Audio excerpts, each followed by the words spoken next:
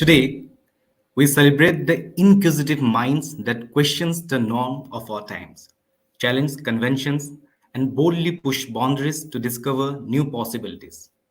To truly change the present, let's embody the essence of this moment. Hello everyone, I'm Rinmay and I'll be your host for this elimination round. I'd like to extend warm welcome to all our wonderful innovators to this elimination round of TUP 9.0. So get ready with your ideas for a fierce battle of brain because the winners of today will move forward to our regional finale of the most prestigious B school competition in this country, the Ultimate Pitch Season 9. So let's get started. At Reliance, we are all about embracing fresh ideas and fostering innovations. It's in our DNA, which is subsequently reflect in each of our businesses and social initiatives. The ultimate pitch was born out of the exact spirit. It is the platform for curious and innovative minds who wants to break away and showcase their next big ideas to the world. This is TUP 9th season, and let me tell you, it has been a journey like none other. We flagged off the competition physically in the top 15 B school across the country. At each of these institutes, we were met with enthralling audiences. The insightful sessions led by our inspiring leaders were overtly captivating. But that was only the beginning. We then reached thousands of you through digital platforms and virtual events, making this contest a pan India celebration of ideas and innovations. Now, with absolute delight, I want to show you all a sneak peeks into our campus launches and launch premieres with this video.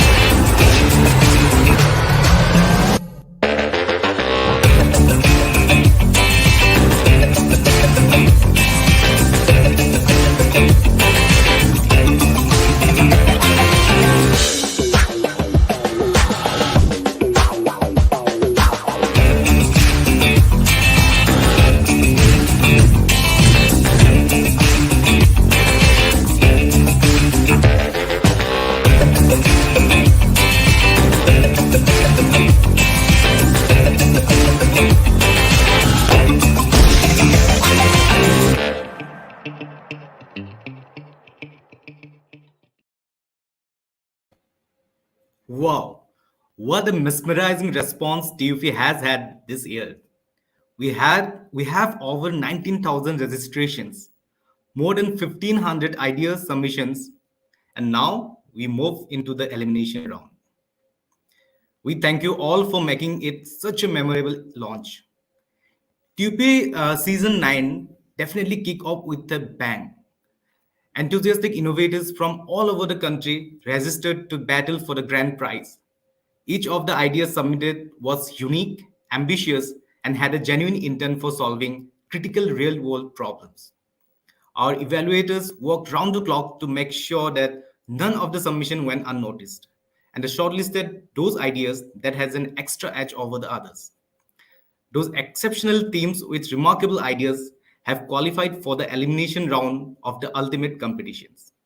A big congratulations to the top 90 teams who have made it to this far. Kudos to you all. So let's now do a quick rundown of what's expected to happen. I shall be calling out the teams' names. We will play their 3 minutes video on the screen. Then the teams will get another 3 minutes to pitch their idea to the jury.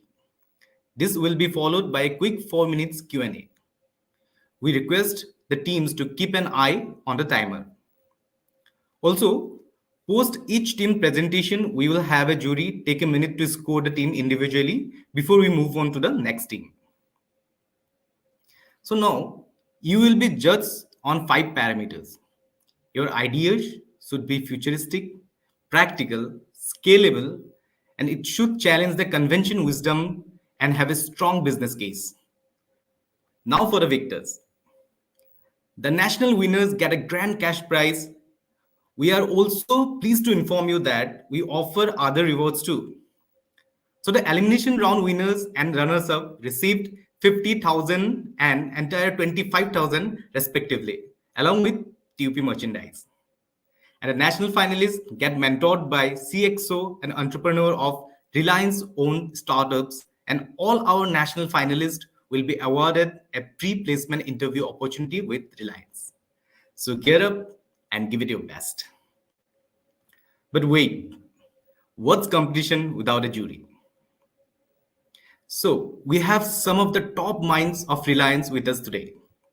So they will be closely assessing your presentations, evaluating your ideas, and will provide their inputs at the end of your presentation.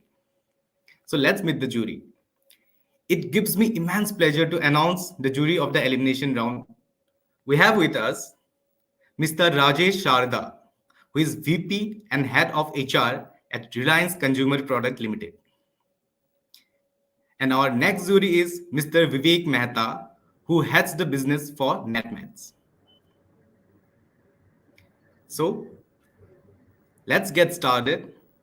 And I would like to call upon the very first team, the team Hellraiser from IIM Lucknow. Hi everyone, I am Abhayan. I believe in inclusive growth and my big idea is to improve the livelihood of more than 10 million street food vendors of India by providing end-to-end solutions to all their problems. According to International Labour Organization, the median daily earnings of street vendors in India is $2.50, which is below the national poverty line. My idea aims to uplift this community by providing modern equipments, digital infrastructure, quality raw materials, and safety training, thereby improving their credibility and reach, and in turn their income. Imagine you are a migrant who wants to open a chat shop. All you have to do is to go to a nearby smart street office and produce a valid ID proof for applications. Once the background checks and the skill trainings are completed, you will be provided with a license, a kitchen-grade food cart, and onboarded to online food delivery portals and equipped with a digital payment system. With everything taken care of, you can focus on cooking and providing a better customer experience, bringing in repeat purchases. The unorganized street food market of India is valued at around $41 billion and is growing at 10% CAGR. By adopting a leasing model for the food cart and charging a minimal fee for the online orders, we can generate enough revenue that can be used to cover the cost of the businesses and also make a profit out of it. The increasing number of street vendors in India and the growing demand for hygienic street food makes this model scalable and sustainable. For decades, street vending has been the first resort for thousands of people who face job losses in the formal sector. Our idea will provide every street vendor an opportunity to earn a fair living and provide for their families. Thank you for your time and consideration.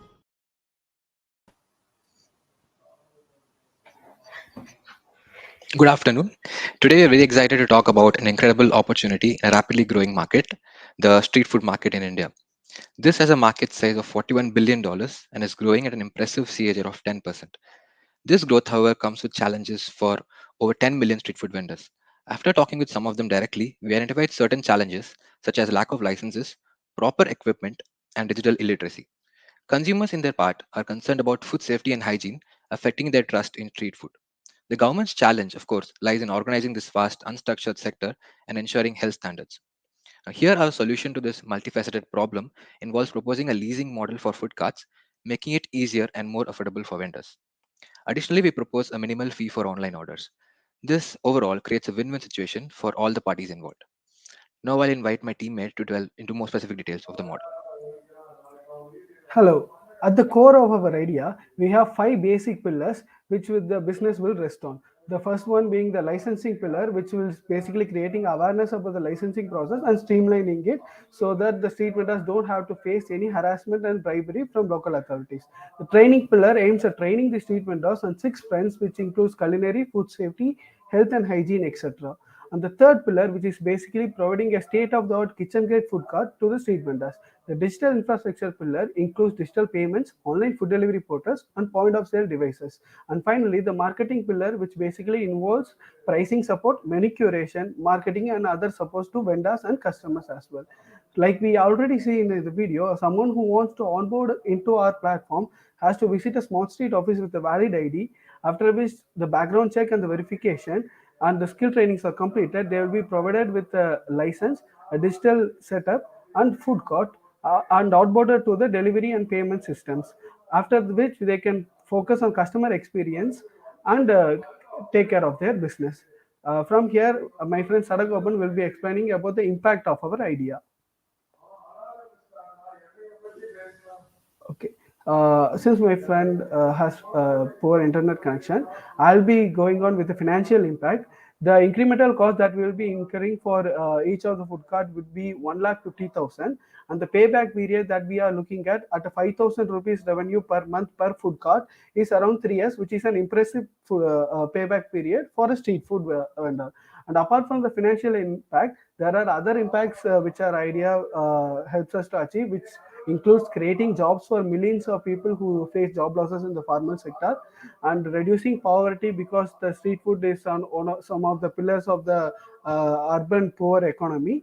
And from a consumer standpoint, it improves food safety and quality. And finally, it helps in the societal upliftment because we are training the street vendors on multiple fronts, including entrepreneurship and digital literacy. And finally, improve tourism and organization of the street food market. Thank you.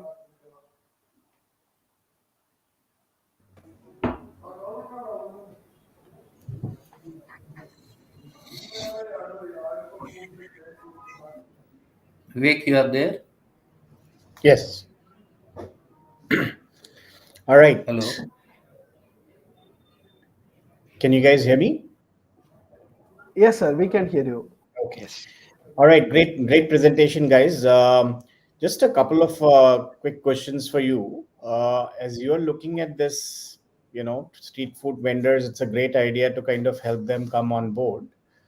Who, in your opinion, is your target customer here? You mentioned online orders as like one of the critical parts of your revenue model. Who are you looking at in terms of online deliveries who will be placing orders with these guys, and how will the brand, which a lot of people use when they are kind of buying online or buying anything online, how would that kind of a credibility be gained by these guys? Yes, sir. That's an excellent question, sir. So basically, what we are trying to do here is that if you take the current customer base of a street food, a street vendor who is in the street, it's mostly people who eat street food for convenience. These are not some of very rich people. These are just average people who just eat street food for their convenience. But if you see, there is this another sector which is a little above the lower class of the society, who order street food online. For example, a regular customer of a Wow Momo, a regular customer of Samosa Party. These are people who are not our average people. These are people a little above in the society, but still go for online ordering. All they still prefer street food. All they are looking for in the street food is the safety and hygiene aspects, and that's what we are trying to build to a regular street vendor, so that they can provide the same customer experience that the Wow Momo or Samosa Party can provide to their customers. So that we are basically what we are trying to do is to democratize this process and save the street vendors in the process, like instead of building a brand out of it. So that's what we are trying to do, and our target customer would be someone who is a little above who is still a street food lover, but not our regular street food users who's like looks eat street food for convenience.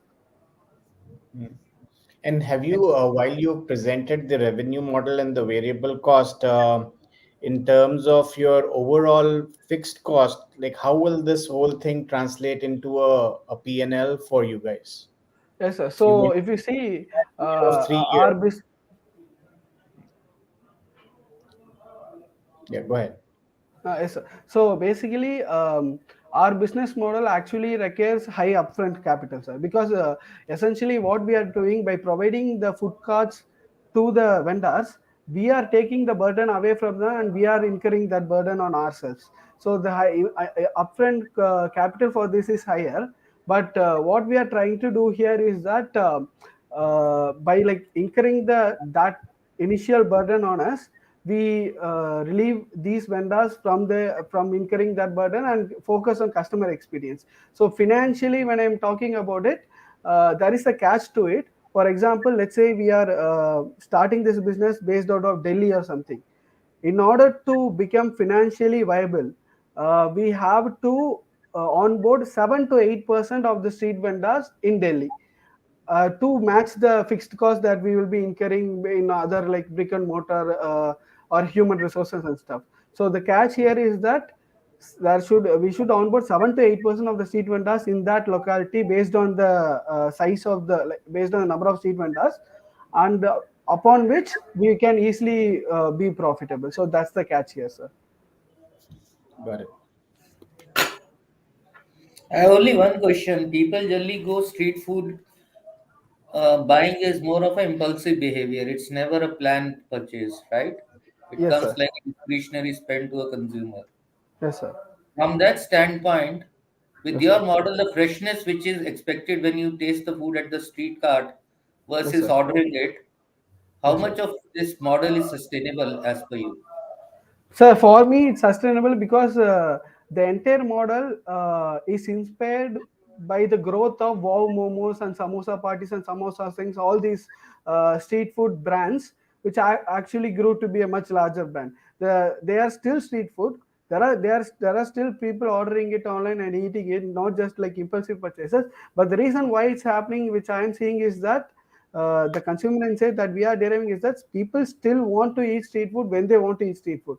The convenience aspect and the food safety aspect comes into picture when you are trying to extract a little margin from the consumers. So what I'm trying to say is that there are still a large segment of people who would like their street food to be delivered to their home, and with proper packaging and proper food safety and quality measures, and that is the segment we are trying to cover here. And there is like already existing evidence that such a segment exists, and there are businesses which are built out of the segment. The only thing that we are doing different from these businesses is that we are trying to still keep the businesses with the vendors themselves and still make a profit out of it by mutually benefiting both the vendors, the consumers, as well as business for us. Okay, thank you.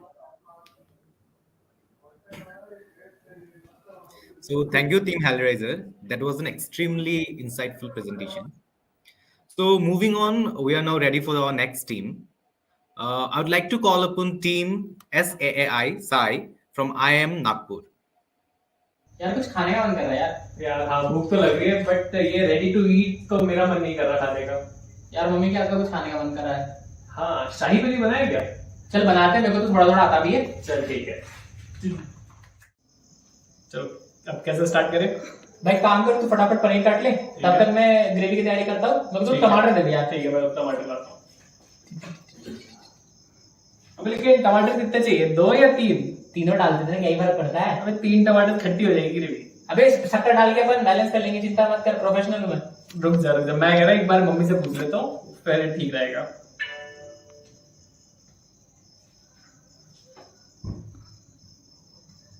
यार mummy phone नहीं उठा रही, अब क्या करें? यार online order कर ले। यार ऑनलाइन ऑर्डर करके खाने का मन नहीं कर रहा, मेरे को लग रहा था आज मैं अपन होटल का ना खा के ऑथेंटिक घर का जैसे कुछ खाते हैं। क्या कर सकते हैं, सोचते कुछ तो करते हैं। यार कुछ जलने की बू आ रही है। हाँ यार आज तो देखिए कहाँ से आ रही है। अभी ये तो जल गया। अरे रे। So is this your life story too? No worries, we have a solution. Bawarchi Box. Bawarchi Box is a ready-to-cook solution where we collect different kinds of raw materials required for a particular dish in the right quantities enough for 2 people and serve them to you for cooking. It is a one-stop solution for all the ingredients with assured quality, freshness from farms, and no preservatives. The product is designed to save time and money and ensures zero wastage of food. It can be delivered to your doorstep as well as be available in nearby supermarkets. For this, we have done a primary research with on 150 respondents, of which 57% are males, 43% are females, 68% are from urban area, and 32% come from rural area. Approximately 47% of the respondents are between the age group of 15 to 21 years old, 31% are 22 to 35 years old, and 22% people are above 35 years old. All the respondents come from a variety of background, of which 53% are students, 38% are working professional, and 9% are homemakers. Approximately 49% of these respondents earn between 50k to 1 lakh rupees per month, 39% earn between 1 to 2 lakhs per month, and 12% earn more than 2 lakhs per month. A few of the challenges faced by the respondents are planning and shopping for ingredients, difficulty finding fresh ingredients in the market, a lack of cooking skills, choosing what to make, and most importantly, a lack of time to buy groceries from the market. We have also done some secondary research on the amount of time spent on grocery shopping. Approximately 18% of people spend less than 1 hour per week, 62% spend 1 to 2 hours per week, and 20% spend more than 2 hours per week grocery shopping. When asked about the ready to cook basket, customer expressed that their decision would depend upon the convenience, variety, price, freshness, and quality of the product. Moreover, 55% will purchase this 1 to 2 times per week, 35% once a week, and 10% less than once per week. The preferred purchase medium was 67% home delivered, 15% subscription service, and 18% offline supermarket. Bawarchi Box is more than just a product. It's a lifestyle change. It empowers you to spend less time on mundane tasks and more time on what matters. Join us on the culinary journey and discover the joy of cooking with fresh, pre-proportioned ingredients delivered right to your doorstep. Hello everyone, this is the team of Bawarchi Box presenting our business idea before you. The problem statement identified by us is how to simplify meal planning and ingredients shopping and reduce waste of time, money, and food. This highlights the pain points of time crunch and grocery troubles, puzzling recipes and portions, food and resource wastage, and craving for home cooked food minus the preservatives. The solution for this is the Bawarchi Box. Ready to eat nahi, ready to cook. Here we assemble all raw materials required for a particular dish in the right quantity for two people, package them together, and serve you for cooking. You can see a prototype of our offering for Shahi Paneer here. As per our research, we developed three user personas for our target segments, namely busy professional, novice cook, and eco-conscious enthusiast. So this is the BMC model of Bawarchi Box, a business working around simplicity, freshness, and sustainability. Our value proposition revolve around convenience, providing ready-to-cook pre-proportional meal that eliminates the hassle of grocery shopping, meal planning, and guarantees the highest freshness and quality standards. Our diverse option with recipe blocks and cooking tips cater to varied tastes and dietary preferences, ensuring something for everyone. We maintain relationship with our customer through various loyalty programs, providing coupons to our regular customers. Our social media is vital in engaging user, increasing brand awareness, and acquiring new customer in this digital era. Our key activities are procurement, assembling, and labeling fresh food, inventory and logistic management, online marketing, and relationship management through feedback mechanism. We will also be working on recipe development to cater to the needs of our growing customer base. The key partners, cost structure, and revenue stream will be discussed in the next slide. The total fixed cost is estimated to be 3.5 lakh including product development, legal and infrastructure. The total variable cost is 115 for basic, 170 for premium. This is calculated by adding the cost of ingredients, labor and delivery. With a markup of 18 to 20%, the selling price is from 140 for basic, 200 for premium. Assuming a sale of basics and premium dishes to be 65% and 35%, the average variable cost is 135 and the selling price is 161, giving us a margin of 20%. The nationwide estimated market is more than 100 crore. To start with, we have proposed a pilot project in Bangalore with a market of 25 lakh. Down the marketing funnel, we would be able to get approximately 5,000 users in the first year. Our five-phased roadmap kicks off with collaboration with essential stores of housing societies with an iterative process of receiving feedback and improving our offering. This will be followed by local expansion into more stores and an introduction to online platforms. The next stage would be the stage of co-creation, focusing on consumer engagement and subscription offering. Having inculcated an habit, the product will occupy shelf space in supermarkets, paving the way for the fifth phase of national expansion. So that will be all from our side, and we are now open to questions. All right, great. Thank you for the presentation. Interesting concept and idea. Just a quick question on your business model So here. I'll start. Given the small assortment size in terms of the order, how much is it actually sustainable? Because all your total offering is being put at a very standard price of 115 and 170, or let's say 140 and 200. But how do you account for the food inflation, which swings rapidly these days because of seasonal changes and the way crop harvests are happening?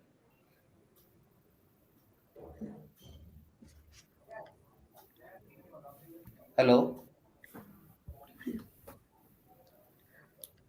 Yes, so these prices are as per the current market price of the various ingredients and the labor cost, the transportation cost that we gathered the information about. So the in future it will definitely increase as per the inflation rate that would be prevalent in the economy.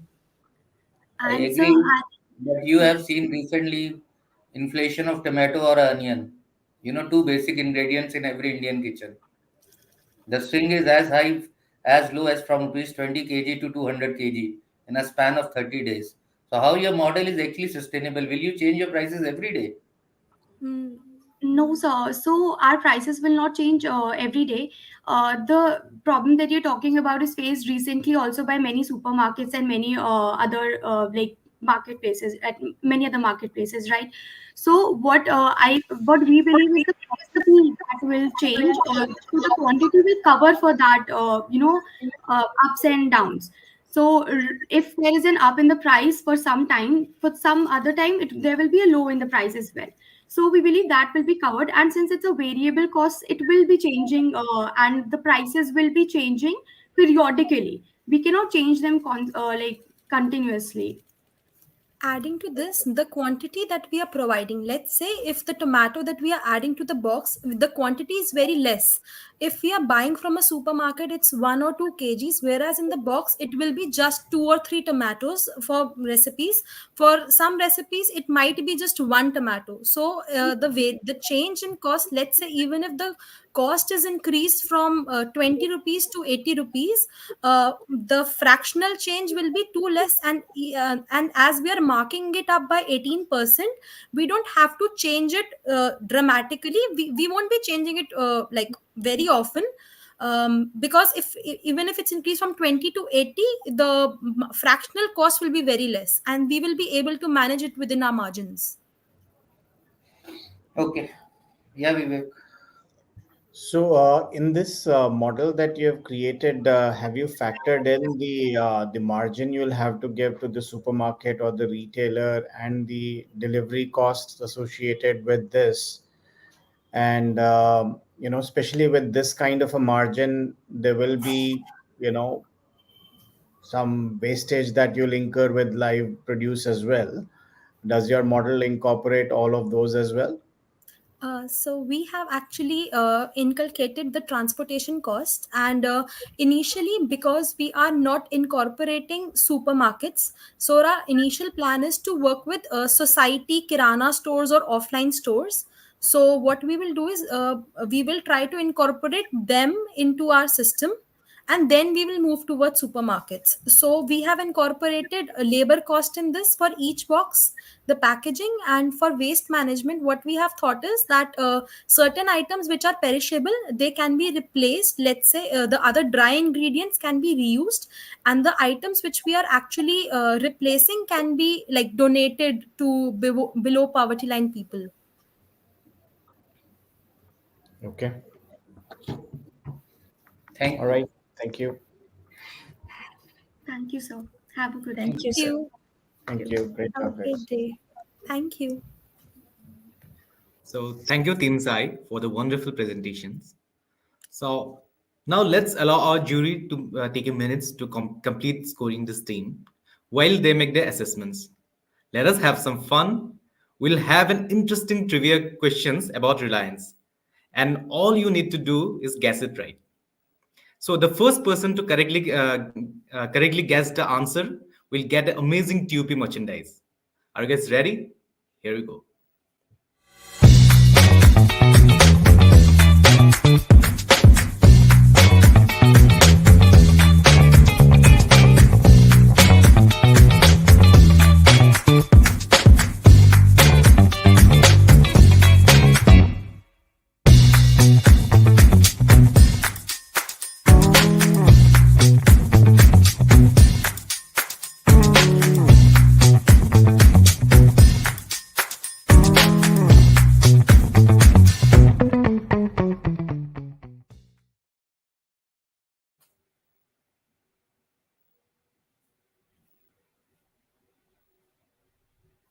So Sadagoban, right? Sadagoban, you have guessed it right. Please reach out to us on our social media handles or support@unstop.com. So, moving on, we are now ready for our next team. So, I would like to call upon Team IITians in the house from IIT Kanpur.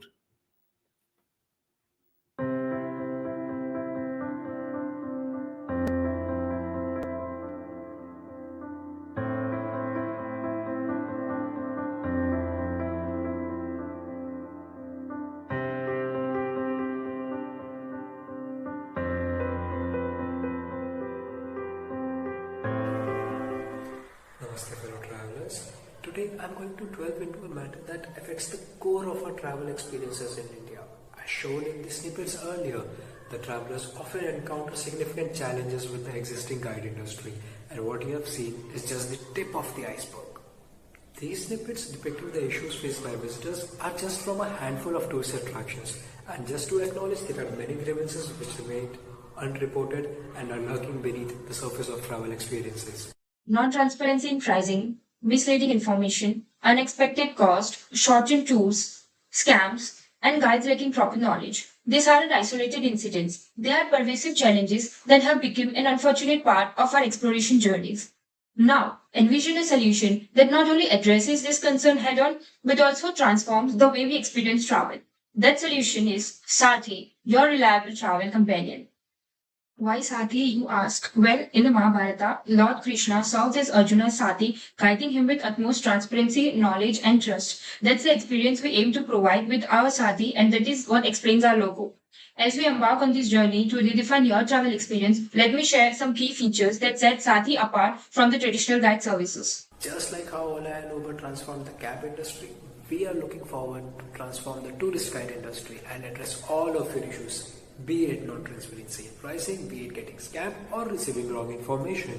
First of all, to ensure your safety, Sathi provides a full-time location tracking. You will always know wherever your Sathi is going, where you are going with your Sathi, where you are supposed to be with your Sathi, and this offers a peace of mind throughout your journey.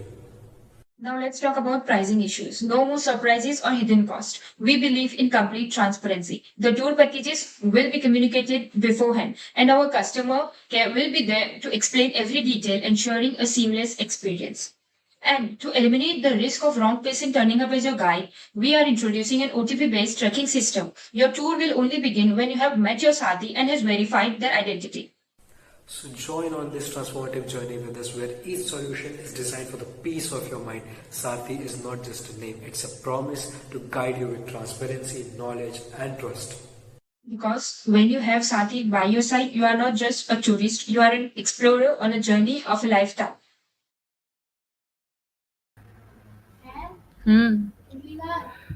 Hello everyone. So tourism in India contributed to roughly 5.8% of the GDP in 2021 and it had like 6 million foreign tourist travelers in 2022 and we have projections up to 30 million by 2030. So seeing this potential growth, we are committed to like addressing these issues which exist in the current industry, which will be the main source of its growth in the vital sector. So in crafting our product, we have diligently addressed the customer pain points and we have made our USPs out of them, which will be fixed pricing and there will be extreme transparency in that, which will be clearly communicated through our customer care service. And to streamline and secure experiences, we will be introducing OTP based guide verification, ensuring the right guide for every time so that no fraud person turns up. And also the tour quality will be enhanced by offering detailed packages outlining the duration, the time where you will be going, and gratifying customer journey. So prioritizing safety, will be implementing real-time Sarthi tracking, just like what Ola and Uber do with their cab drivers.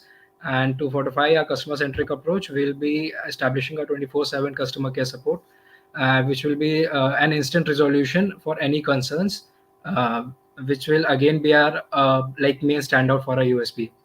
Talking of business, we'll be working in both B2C and B2B, and we aim to collaborate with the tour booking giants to tap the market they command, offering the tour guide services and local businesses which have this already set up, but they are not regulated. So this will be just like how Ola and Uber took drivers from locals and hire onboarded them on their platform. So in B2C space, we'll be directly catering to tourists who will be seeking guide services and not the entire tour option. So talking of our business model, our key partners, as already explained, will be the travel agencies and hostels and influencers for marketing. Furthermore, we'll be establishing partnerships with government entities like UP Tourism and Gujarat Tourism to enhance our market presence. Now, Ria will continue on the revenue streams. Thank you, Sagar. So now talking about our revenue streams and cost structure. So majority of our revenue will be inflowing from the tourist guide service fees that will be charging, and also in our app we will be having some premium subscription models with some extra benefits given to the customers, and also we'll have some in-app purchases which the customers can avail before or after their bookings. The core of our customer relationship will be relying on the USPs that we have discussed earlier, and also in our app we have like constantly monitoring of by our customer care to give the ease of booking to our all our tourists. Coming to the key activities which we will be undertaking, our guide recruitment and training will be the first part. Secondly, training our customer care so that making them well acquainted with the packages and the services that we offer. Constant technology development and following up to maintain the quality of our service will be the third point in our key activities. As one of our USP also says that we will be giving live online tracking to our tourists and travelers. So for that we also need to take some planned measures. Some pre-assigned teams will be there to contact the local police stations if there is some situation of mishap or some kind of thing happens. Coming to the cost structure, it is primarily consisting of the R&D cost, then it comes operational, and then the marketing cost. From in the research and development cost, will be identifying the hotspot locations for our sathis, and after this we'll be doing recruitment and training of the sathis. Will also be considering as the cost that will be incurring in our development cost. Next is the operational cost, in which we will be there will be some incentives, salaries, app maintenance, and other customer support channels. And our marketing cost will mainly include basically the collaboration with the influencers, bloggers, and some digital marketing, for example social media apps or email marketing. Coming to the next slide of the marketing mix, we'll be following the fundamental strategy of the framework, for example 4Ps and the STP methodology. So our marketing strategy mainly focuses on the key traveler segments, which we'll be prioritizing the cultural enthusiast first, the family travelers, the adventure seekers. So in the initial phase we aim to captivate history enthusiasts by targeting cultural and family travelers. Simultaneously we'll also ensure that the adventure seekers will receive their unparalleled experiences, and positioning ourselves with unique selling points not offered which are not offered by the other guide services.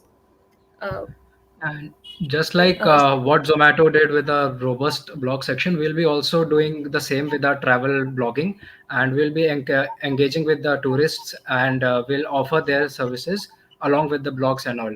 So in future, we'll be also innovating by adding guide to guide referrals.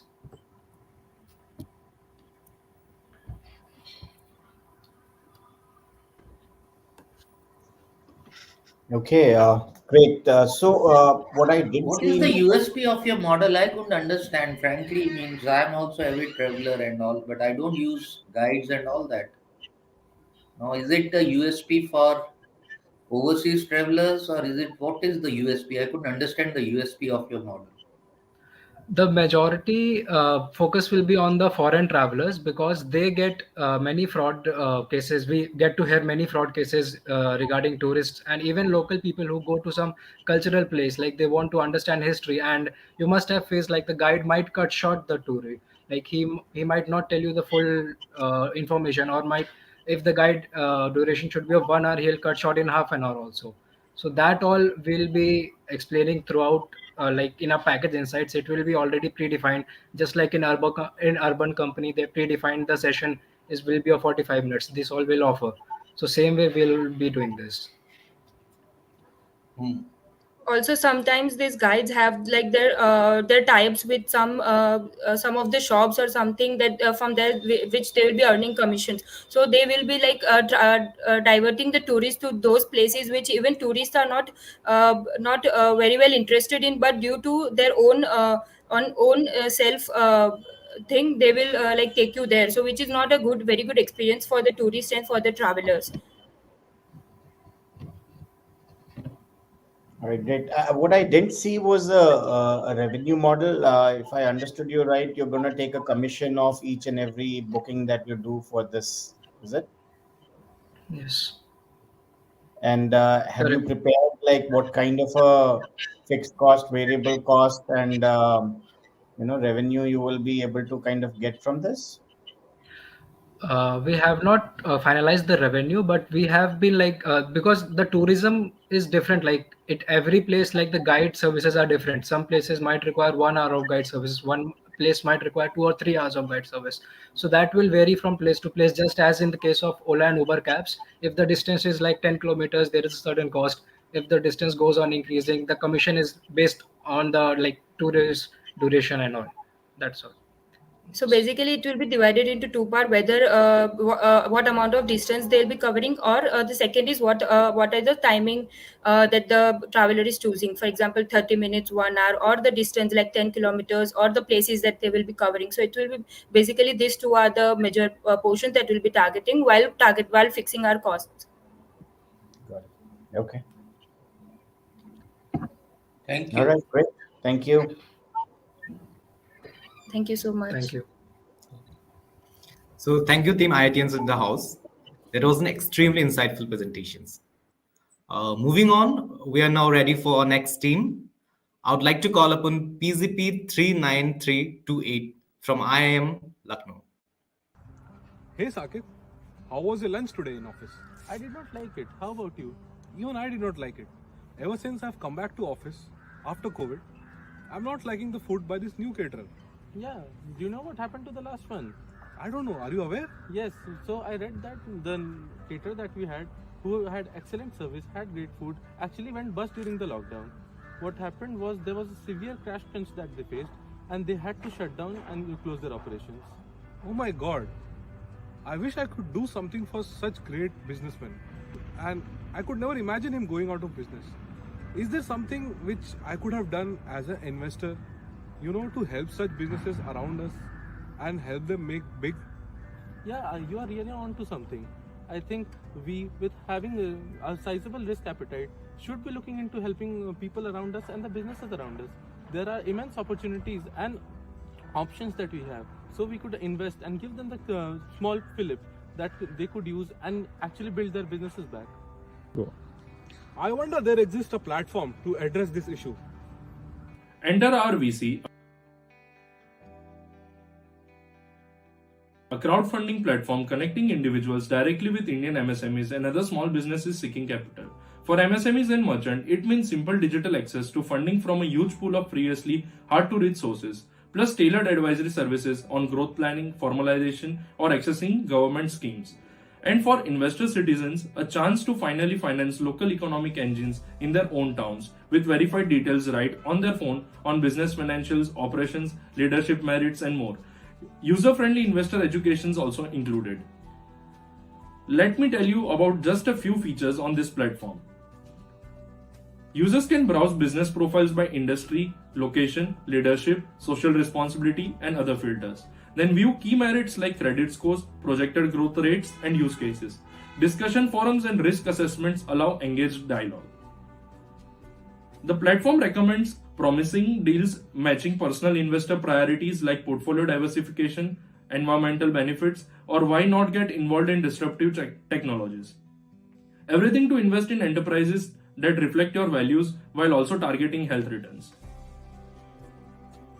So that's just a brief about our VC. Come join us, connect investors to overlooked opportunities while providing lifeline funding to the backbone of India's economy.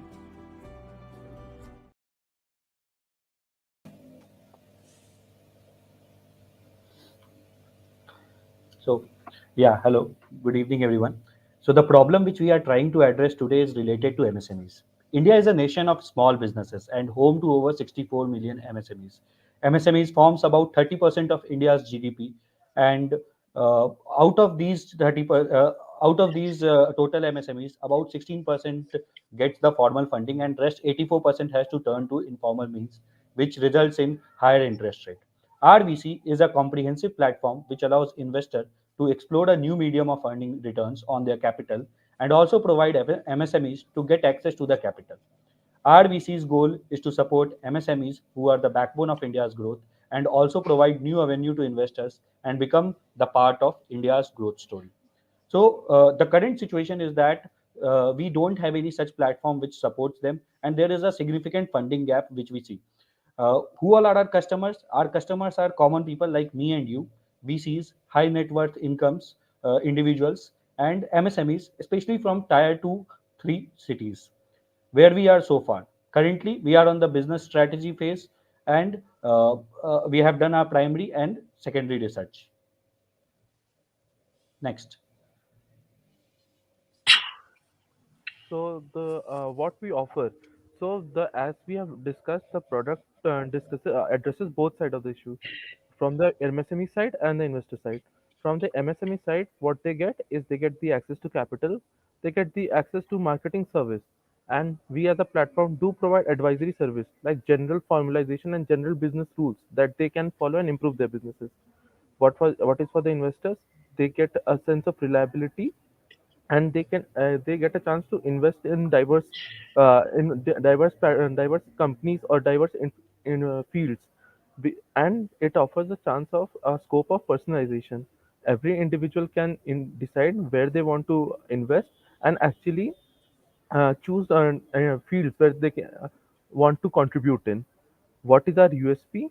Our USP is due diligence and investment banking, as mentioned, but tech enabled, because we do plan on using AI to generate solutions to give them the basic output and outline of what to do. And what are the revenue? Okay, next. Okay. So, who are our customers? So basically, we are looking on the both the sides, the business, that is the MSMEs, and also the investors. So first, we will focus on the how to identify the businesses we are trying to onboard, the reach, the push and pull strategy for it, and then the onboarding part. For attracting the investors, we will use all the digital media strategies. And currently, we are between the validating idea and the business plan formalization stage. And the scaling up strategy includes short run and long run measures. Short run, we'll be identifying tier 2 and tier 3 cities investors, the star investors, and for the long run, launch secondary market for limited trading of equity. Thank you. Thank you.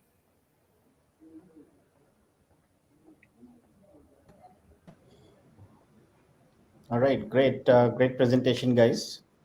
Thank you. Just a couple of questions. I didn't quite understand if me as an investor invest in a specific small scale enterprise, what will be my exit strategy? How will these guys ever kind of, you know, pay back my investment, or what would be the exit strategy that will be there in most of these smaller scale companies?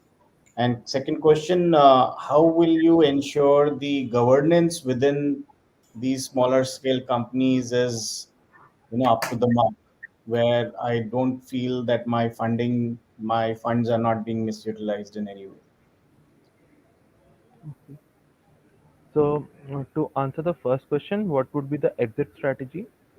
So what we plan on doing is, essentially, we encourage, like, the investors coming on our platform would be investing in local businesses and the companies around them, or like the small businesses basically. What happens is they generally they tend to be profitable in the small term, but they try to expand and actually become big enough so that the like the economies of scale comes into action and they earn bigger profits. So what we actually plan on doing is, like, make these there's a problem of dwarfism in MSMEs. We plan to make them bigger so that they can get more investment and actually become a profitable business, and hence, if they turn profitable, they we hope that the investors do get their return and exit the company. And for the second part, uh, uh, I think Siddharth can take up this question. So can you repeat the second part? Basically, the governance, you know, structure that will be there in these smaller scale companies. If I have put my money in there, how do I know whether that money is being put to good use? Yes, so that is one of the significant challenge we also have identified. The thing is that we are offering the due diligence service to the companies, even if they don't do it.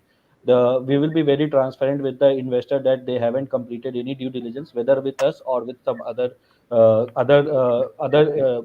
institution.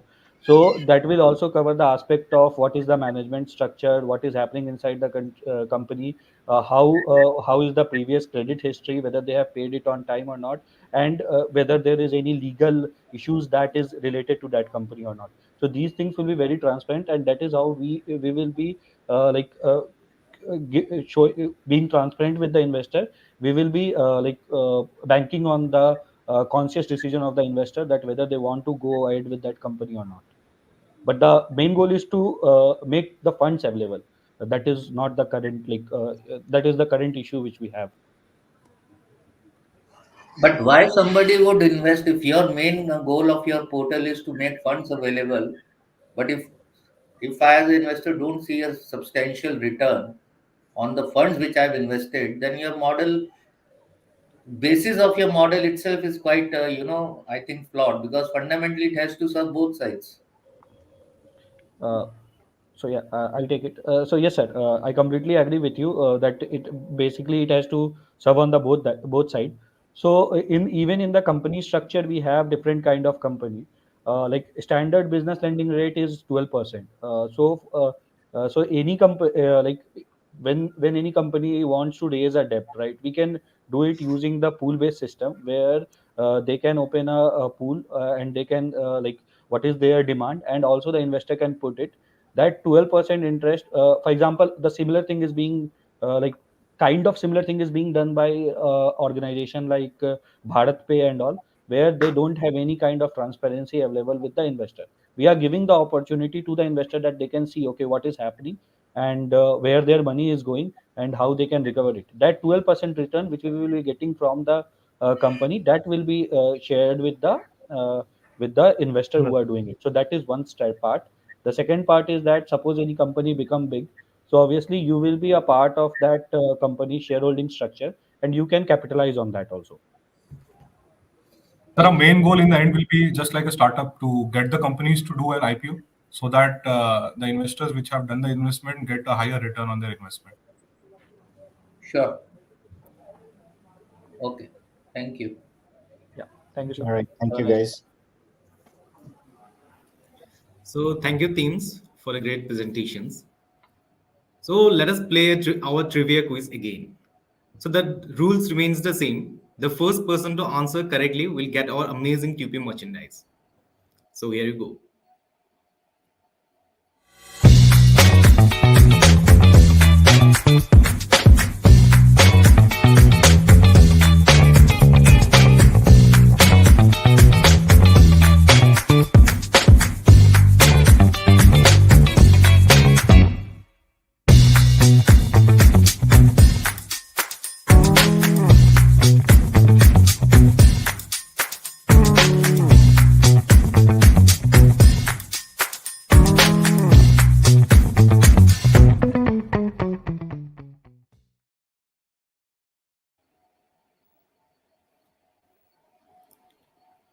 So Sai Rangan, you have guessed it right. Please reach out to our social media handles or support at unstop.com. So moving on, we are now ready for our next team. I would like to call upon Shiv Shambhu from IIM Jammu. Mahatma Gandhi once said, the true measure of any society can be found in how it treats its most vulnerable numbers. In the true spirit of inclusivity, today myself Suryanand Banerjee and here to pitch my idea Abilify, a one-stop solution dedicated to empowering the specially abled. It is a dedicated social networking platform for the specially abled individuals, connecting them to similar such people who have conquered similar such challenges, thus fostering mutual support, collaboration, and empowerment. By partnering with various respective service providers, Abilify is also able to offer vocational training, entrepreneurial guidance, mental health assistance, educational funding, legal aid, and disability rights, and access to government and NGO resources. Now, coming to the most important points of difference, Abilify employs innovative accessibility features, which include regional language options in chatbots and voice-operated searches for the visually and hearing impaired, phone call-based remote access to essential features from any rural village, and a section highlighting disabled-friendly places like malls and tourist spots for easier navigation, thus making Abilify a holistic platform. Abilify's revenue streams include advertisements, partnerships with disability focused companies producing prosthetics, medicines, etc., and online marketplace for the specially able entrepreneurs selling their products, for example, handicrafts, artwork, etc., e learning courses, consulting services, and data driven insights for the product improvement of the companies focusing on this industry. In short, operating in a market valued to be estimated at $20 billion by 2028 with a CAGR of 15 to 20% and leveraging on the increased government support for workforce participation by the specially able individuals, Abilify is sure to be the next big thing. Thank you. So hello once again. I'm sure you want to all see some slides. So here I am going to pitch my idea on Abilify, the companion for the specially abled. Now, we'll quickly come to the 4P section. First, I need to show you the segments of the app or the services that we're providing. So one would be networking. Among it would be social networking and professional networking. Now, this is, and one thing also will support is influencer marketing. So we have influencers for gaming industry, from normal content industry, creating various reels. Now we also need to empower these specially able influencers or content creators who can inspire so many people all around us who are in similar consequences and are in need to see someone conquer the challenges. Upskilling. Now, upskilling is required. Now, we chose this domain because in the last consensus that India did in 2011, there were around 1.5 crore males and 1.13 crore females were disabled, amounting to 2.68. Of them, 23% of females were employed only, and 47% of the males were employed. So this shows we have a lot of scope in upskilling these individuals, and we can offer various vocational training services and government and NGO services as well. Now we are coming to the navigation section, where although Google Maps shows disability friendly places, for example ramps and everything, but this will be a specific map for their navigation, for the immediate navigation. For example, if they want to visit a place, they can know which will be the easiest for them.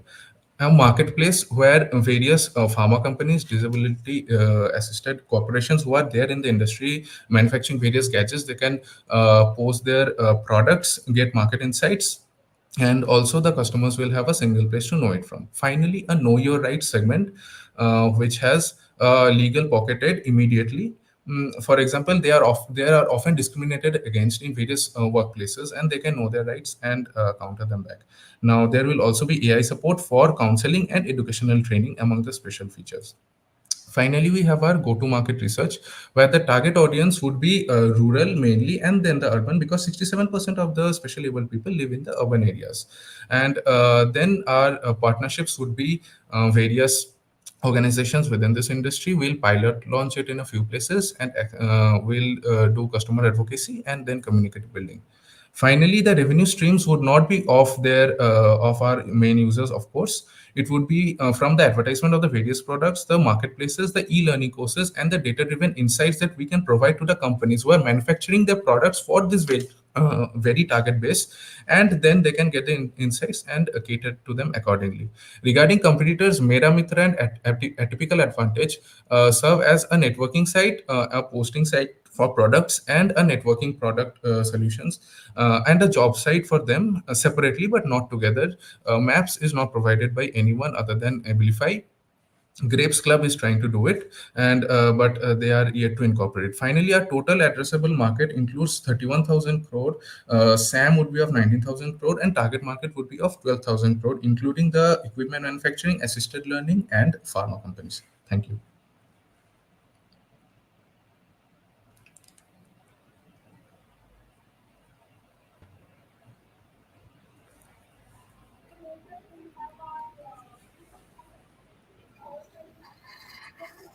Have you done a pilot in where you were able to sort of vet the business model what you proposed? Sir, so we would like to exactly start with the social networking, because we need an initial customer base or user base to interact among themselves. Then we'll bring in their professional peers and we'll pilot launch it. and depending on the feedback we'll cater to the product and introduce the various product launches and product listings, and maybe we can also raise funds for an occasion, a special cause, and we'll get the various stakeholders into play. So that is why we need to pilot launch it. Is Does that answer your question?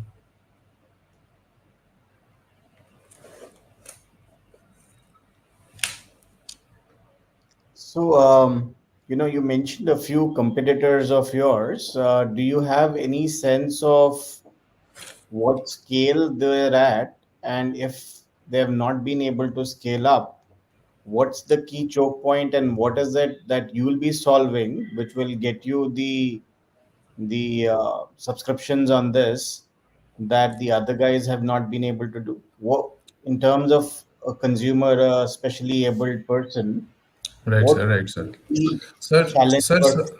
Yes, sir. thing that Sir, they feel? Sir, I think the first thing is awareness and accessibility, because I had to go to a platform and research my competitors in order to get to know them, whereas I should have been aware about them from before. Mera Mitra and a typical advantage are around 3 to 4 year startups. And there is also Namma Vani, which is a local startup based out of Bangalore by IIT, I think Kanpur graduates or Hyderabad graduates.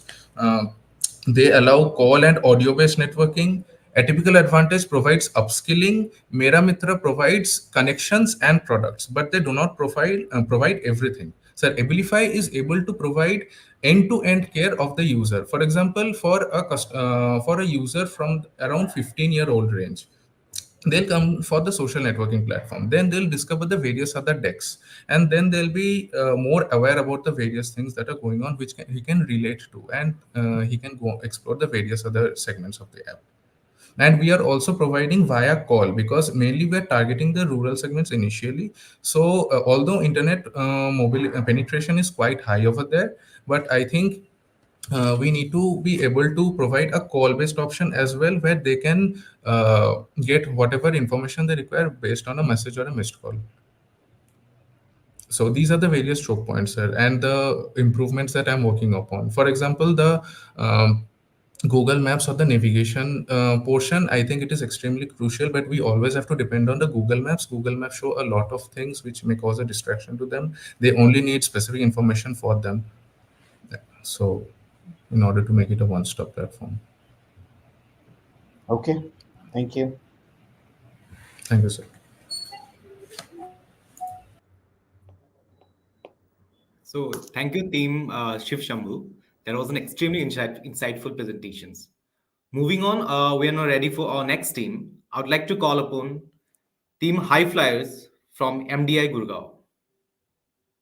Hi, we Team High Flyers are excited to present our idea Plato.ai for the 9th edition of Reliance TUP. Imagine a world where every student has access to the perfect education tailored to their unique needs and learning styles. Imagine a platform where teachers can freely share their knowledge and passion without the constraints of traditional education systems. Our EdTech platform tackles major problems in education for both students and teachers. Students will have access to a vast array of diverse and affordable courses, personalized learning paths, and transparent feedback systems. Teachers will reach a wider audience, focus on creating high quality content, and earn directly from their efforts. By leveraging AI and the reach of Reliance Industries, the platform aims to democratize education, address skill gap mismatches, and foster innovation, ultimately contributing to a more informed, empowered, and skilled society. So now we are about to discuss how our platform Plato.ai works. Our platform is a supplementary learning tool, and any teacher can upload their content for free and monetize it directly to sell it to students. It has a built-in infrastructure for any teacher to upload content from anywhere. It has a cloud-based infrastructure which can be used as plug and play to start business for teachers instantaneously. It is embedded with Plato.ai, an AI-based assistant to help teachers design their course content and structure it within minutes to analyze student and engagement metrics as well. So, what is our unique value proposition? How does AI make our platform unique?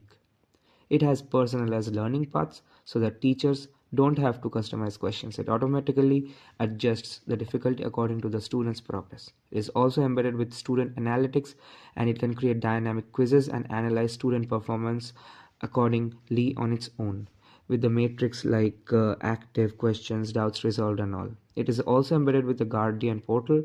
It's a unique way for parents to monitor their child's learning. Parents will be able to log in and check the progress of their ward. It is enabled from classes 6 to 12. Here's how we will generate revenue. Initially, there will be three main sources of revenue for Plato.ai. First, transaction cost charged on every subscription, that is 2.5%. Second, charge for proctored quizzes and tests. And third, some premium paid features for students, example, replay of missed live class. A very good evening, everyone. We are extremely excited to present our platform Plato.ai in front of you today. With the shift back to classrooms post COVID, I think it has really emphasized the need for result oriented supplemental learning tools. With our platform, our aim is to aid teachers in creating and curating engaging gamified evaluations and also provide them with instant AI driven insights on student progress. We also want to position ourselves as the go-to channel for uh, teachers to market their content at low cost and in a very targeted manner. For students, on the other hand, our objective is to systematically learn about their learning styles and provide targeted learning interventions at the right time so that we can optimize their learning curves. The features that you see on the screen are what we think are foundational to the platform we are building. And we have also incorporated these features in the wireframes that you see on the screen. Now, I would invite Harsh to talk about the marketing, the market, and the communication plan. In pursuit of our mission to foster a community of lifelong learners and passionate educators, our communication plan to reach our target learners is through creating strategic relationships with key media distributors to set the standard for edtech. Our messaging pillars are clear guides on this journey. Embrace curiosity as your driving force, propelling you forward. Our mantra is accessibility, learning within reach anytime and anywhere. Openness is the key to shaping the future. Share your knowledge, witness transformation. In our space, fairness prevails. Rewarded knowledge, valued learning, and empowered sharing. How do we reach you? Through the Geo network, integrating incentives and promotion to make learning seamless. Thank you. Now, Animik will take it forward. Let us have a look at the Indian edtech industry. The total valuation of the Indian edtech industry around 6 billion, and new edtech startup fundings of 2 billions have been incorporated. There have been 565 million edtech app downloads, and this industry is growing at a CAGR of 20%. We can see a growth from 2.8 to 10.4 billion dollars as projection in 2025. Some of the growth drivers that are addressing this growth are this large market, the cheap convenience of the popularity among the working professional, and the price advantage over the offline counterparts. And people are looking to learn new skills, for example, a new hobby. And parents for classes 1 to 12, parents there is parents propensity to pay. So now Swapnil will take over from here. Yeah, so the platform's revenue model would include a transaction and maintenance fees, which would not exceed 2.5%, the charge for proctoring the examinations for students, and also some premium features for students. Uh, our main strategic partners are teachers, so we have also planned how to attract them. Thank you, and now we are open for questions. So, what is the difference between a normal edtech, which others like Upgrade and all others are going, versus your portal? I couldn't find any unique thing. Yes, sir. I'll answer this question. So Upgrad and Byju's, what their business model is, they hire their own professors or teachers or instructors, while we are just an interface for people who are looking to upload their courses or knowledge and monetize it through our platform. You could also say that are doing this on YouTube, but YouTube does not provide them with features like students, where students can directly pay for the courses, and they also don't have the right like review systems.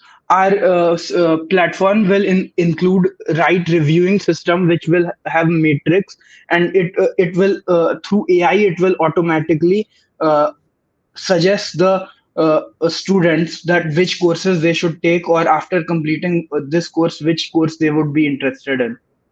So apart from that, there is also the additional help that is done to AI assisted course making, that the teachers who are willing to make a course are they just need to give their content, and it will automatically be generated the design, and also all these features are also included and embedded within our product.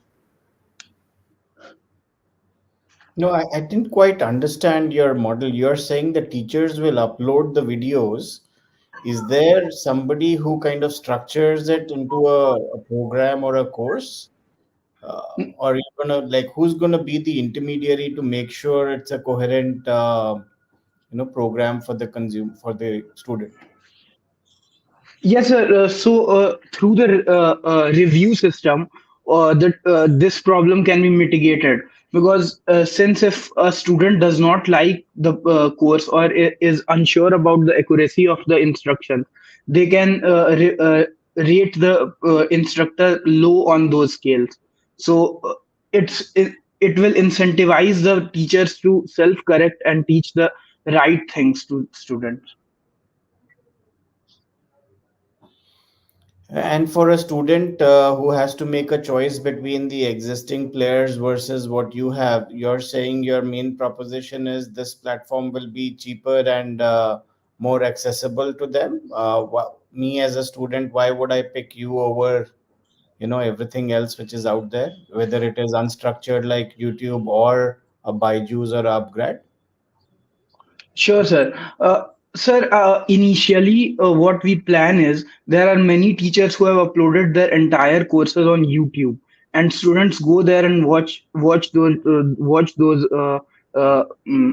courses, and the teachers aren't paid fairly for this. So, our what our platform does is teachers can upload one or two classes for free, and then they can monetize the entire course for students. Here the students can directly buy the courses from teachers, and uh, our platform also provides safeguards against privacy and everything, so that our target strategic partners are teachers, and this platform is to facilitate the teachers to monetize their knowledge and content. Got it. Okay. All right. Thank you. Thank you, sir. Thank you. So thank you, Team High Flyers. So now we have our last team, Team Maestros from Masters Union. Simple question to you is, do you know the number of laborers there are in India? The answer is 48.7 crores. Now, out of these 48.7 crore laborers, the unorganized sector of these laborers, the number falls to 46 crores. Now, just imagine a platform which taps these 46 crore laborers to generate revenues for ourselves. Won't that be an amazing and brilliant idea? And that is exactly what we are doing. We get these laborers through their contractors, we qualify them, and that's how once they enter our platform, we take them to their customers, which are the industrialists. When both the ends meet on a common platform, and when both the problems at both the ends are solved, we earn our own revenue. So our key partners are not only going to be the laborers, but even the contractors. And in addition, we are also going to be dealing with the supervisors, who in most cases would be Lean Six Sigma Green Belt certified.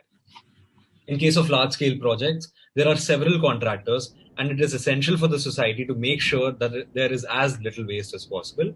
And in case of small scale projects, there is normally only one contractor, and we call this person a thekedar. Now, our focus is going to be on both, be it an urban setting or a rural setting. If at all we talk about metro cities, most of the construction projects are huge. They are of high budgets and require a big workforce. In these cases, our core competency is going to be providing service in a way that's not only efficient, but also highly organized. This idea would be started off with construction, but eventually we will be tapping on other industries as well. Now, what are we doing to make it organized? Our platform, that is DigiLabor, is providing a social status to the laborers, as now their entire database is going to be handy with contractors as well as supervisors. In times of COVID, many such people have been out of work, and now with easy access, they can be hired temporarily or permanently depending on the need. There would be savings from both the ends, that is, customers as well as the contractors. What we will be designating the entire work in a specific area to one contractor. The quantity increases, therefore the cost decreases, and at the same time, the customer will also be spending less because of our smart distribution of work, as the turnaround time will be less. Now, this portal is going to be available to both the contractor as well as the customer, and we have provided the functioning in the slides. Now, why do we need funding? So half of the funds we get are going to be used up in marketing campaigns, as most contractors are there on online platforms, and the rest of it is going to be used up for platform maintenance, inventory, as well as staffing. To get a reality check, we even conducted a small on-ground feasibility analysis to study and see whether the contractors would be interested. We received a great responses. Out of 20 contractors, 16 were convinced that this would be a great idea to give fellow construction force a social status. And that is why we say that it is time to make India the new manufacturing hub of this world with the contribution of our skilled laborers and in a much organized way.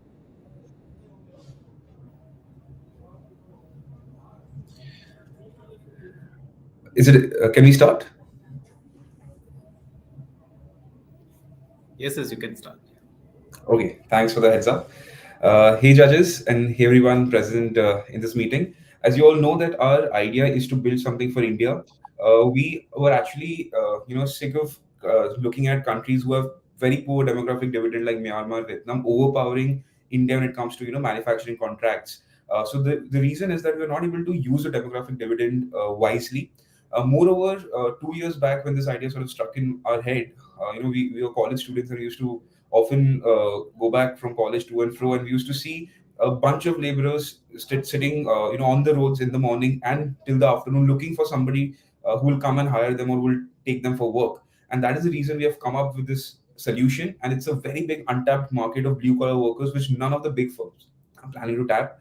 Our idea sort of benefits all the three stakeholders: laborer. What we guarantee is employment, utilization of their work hours, plus a social status when we actually give them a ID card or a certificate, wherein we are sort of acknowledging the kind of the skills which they have and giving them rating based out of it. For the thekedar who is going to control these laborers, for them it's an employment opportunity wherein he will be the leader of his entire team, plus the kind of projects which he get will be on a very faster rate. The customers, our customers will also have very quick turnaround time, and they'll not have the headache of going through operational loopholes, because end to end everything will be taken care by our team once a labor is appointed to them for a work. Next slide, please.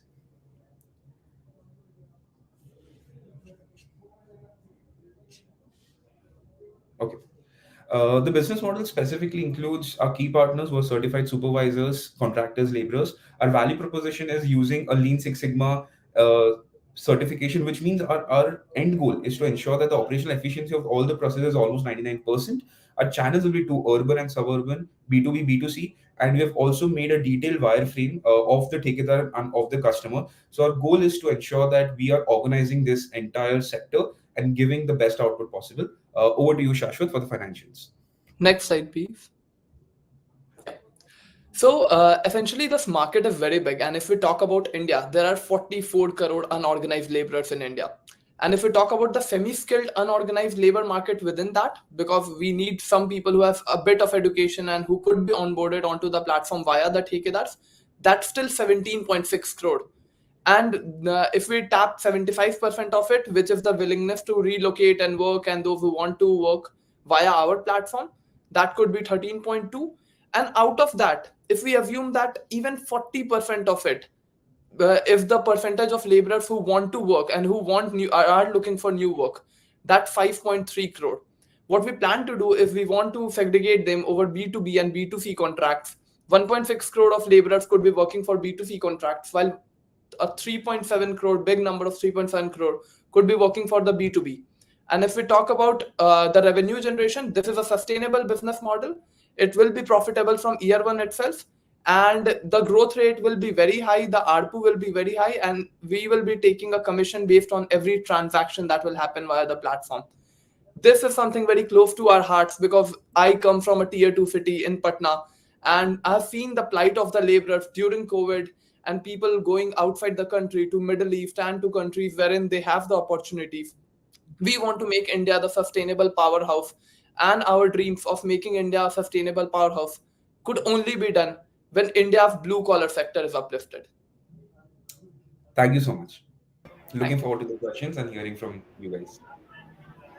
First of all, I am really impressed because this is one sector which none of the uh, startups, so called, even today have even thought of. I think it's a brilliant idea. My only question was that given the lack of digital literacy, how do you intend to bring that awareness, especially among the unorganized laborers? Because that would be very difficult given the level of literacy these guys have. So, how are you going to? Because and it's a very noble thought, and you've done your financials and everything.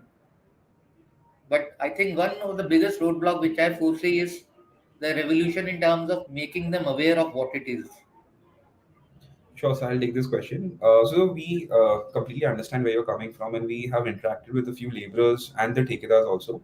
That is the reason when it comes to talking to the laborers, we will be using the source of SMS, and we'll have local leaders. For example, local leaders, as in not politicians, but amongst the laborers, there would be in the union, there would be certain people who are who people respect. So those will be the voice of our brand, and we'll be using only SMS to communicate everything. And considering that this is a big loophole, that is the reason we don't want, or we're not going to give the technological access to the laborers. It will only be restricted to the ठेकेदार. So our assumption is that the ठेकेदार who is heading the entire team of laborers, he will be or she will be that much literate enough to handle the tech part of it, and will, with the help of our company and the kind of SOPs we generate, will make it very streamlined. So our point of contact is only the ठेकेदार, post which the laborers will be one-time onboarding process. For that, they will not, even if they're not that tech savvy, it will be fine because we are going to use SMS and local leaders as a source of promotions and try to gain their trust. Because the minute you gain their trust and also show them the possibilities of the earning potential of this platform, the shift will not be that difficult. And just adding to that, sir, one good news that was coming just last month was that the internet penetration now in India is at 70%. And if like since we are considering only 40% out of the total unorganized labor market, most of them are now using UPI smartphones. So like as we go down the line, 5 to 10 years down the line, we will eventually reach a point wherein they will also be able to use the smartphone and internet technology to access the platform. I hope you're able to answer your question, sir. Yes. Yeah, just a couple of questions. And first of all, great presentation and good work done on the business case as well. Thank you so much. This category has been very unorganized, as you said, and it's run on long-term relationships. There's a mafia involved. There's all kinds of nuances that you're going to experience in kind of working through this. Agreed. How do you guys see that playing out? If you think this will, what kind of resistance do you foresee from the existing model that is operating in the country, and what kind of things can you do to overcome it? That's part number one. And second, there are some players, and I don't know if you've like looked at some platforms which are kind of trying to solve the same problem. They've all struggled so far, right? None of them have been able to scale up. A friend of mine runs Bandhu. I don't know if you've seen that. It's what will be different in your case? Sure, sir. Uh, So Smith can take the first part and then I'll take the competitor part. Sure. So while we completely agree there are unions formed, there's going to be a lot of resistance to adopting to this technology. But the thing is, nobody actually focuses on the value which you're going to add apart from giving them work. So as we told, in the financials also, you can see are spending a lot on training. So number one differentiation is that we are not only trying to recruit the existing laborers, but also the ones who are unemployed. And the ones who are unemployed, for them convincing becomes much easier, and specifically when you are able to have trained workshops for them, so they are trusting us. It's a mechanism of synergistic mechanism. So our target audience that way is also the unemployed laborers. That is number one. And number two is we will what we do is we'll do pilot runs, not in metro cities but in tier 2 tier 3 cities where the actual demand supply mismatch is there. In metro cities it's difficult to see that, but if you look at tier 2, tier 3 cities, demographics are still a lot of people are unemployed. They're looking for someone who can train them, teach them, and come on ground. So if you look at the right cities, if you tap the right cities, and if a pilot is small, that too with a B2B company, let's say, who needs a specific skill, if you're able to train our laborers for that skill and then get them onboarded, number one is possibility. Number two is if you're able to target a residential complex, a small one, and get a pool of 10 to 15 laborers, post which once we have some proof of works in smaller areas, that is when we scale up to bigger and larger metro cities. So our entire mechanism of is, first we will add value in their lives. We'll tell them that, hey, listen, we are here to give you the skills which will make you fit for the employment, post which we'll ask something for them in return. There will be resistance. We might need political support. We might need some support from the IAS officers, etc. of those area. We will have to tap all these doors. But if you're able to gain the trust of the end stakeholder, I think we'll get some movement in this idea. And for talking about the competition, and since other platforms are also trying to do something on similar lines for the blue collar workers, firstly, I would say that there are two key distinctions when we talk about the model of Bandhu and when we talk about our model. Number one is that Bandhu is very keen on focus, only focused on the migration, providing them residences, and doing B2B offering, while we want to make it some sort of a urban clap for blue collar worker. So not exactly urban clap, but something which is also focusing on the B2C, the RWAs. So we even talked to a senior RWA member of Sector 14 in Gurugram, and we were gaining insights on how it could work for B2C segment as well. So we are exploring that option definitely. And if we get the backing of RWA presidents, that would be very big for us, and that would help us navigate through the mafia crisis that exists in multiple cities. Number two is that Bandhu is not partnering with the government schemes that already exist for the upliftment of these people. So, be it the Pradhan Mantri Gramin Vikas Yojana, or be it the Deen Dayal Upadhyay Kaushal Vikas Yojana, all these schemes, they are there for these people. But these blue collar workers are not aware. And that's the saddest part, because we need to make them aware, and these are free schemes. So, if we are able to get them skill trained, and once they are able to enhance their skill, they'll be able to get a lot more worth for their work. At the end of the day, we'll just conclude by saying that our intention is pure. So there will be a lot of obstacles and hard stops, but we would like to always mitigate that and go with the talk to industry experts like you all and come back with a solution. So we want to give up that easily. All right, great. Thank you. Great. Thank you. Thank you so Thank you much, so sir. much. Thank you. Thank you, Team Maestros, for a brilliant pitch. So, with this, we came to the end of this round. Kudos to all the participating teams. And let me tell you, all of you guys were absolutely stunning. The variety of innovative ideas showcased in this round was truly remarkable. Today's contest has heightened the bar, with a promise to make this journey even more intense in the days to come. As you know, the winners of today's elimination round will stepping into the regional finale of TUP 9.0, where you will be battling against the winners of the other elimination rounds. So now to quell the curiosity as to the winner and the runners-up for today's elimination round, the suspense will have to linger a little bit longer. Rest assured, the result of today's elimination round will be declared on our social media handles shortly. So keep those social media notification active. As we conclude this round of this competition, we would like to express our heartfelt appreciation to the jury for their insightful questions on each of the ideas presented today. We thank audience and the teams to making this an interactive and exciting events with futuristic ideas. All the best, everyone. You are amazing. With that, this is me, Mrinmay, signing off for today. Keep following us on our social media handles and stay tuned for further updates. Stay abreast with all the exciting things going down on our social platforms. We shall see you very soon during the T.U.P 9.0 regional finale. Until then, take care and have a good day.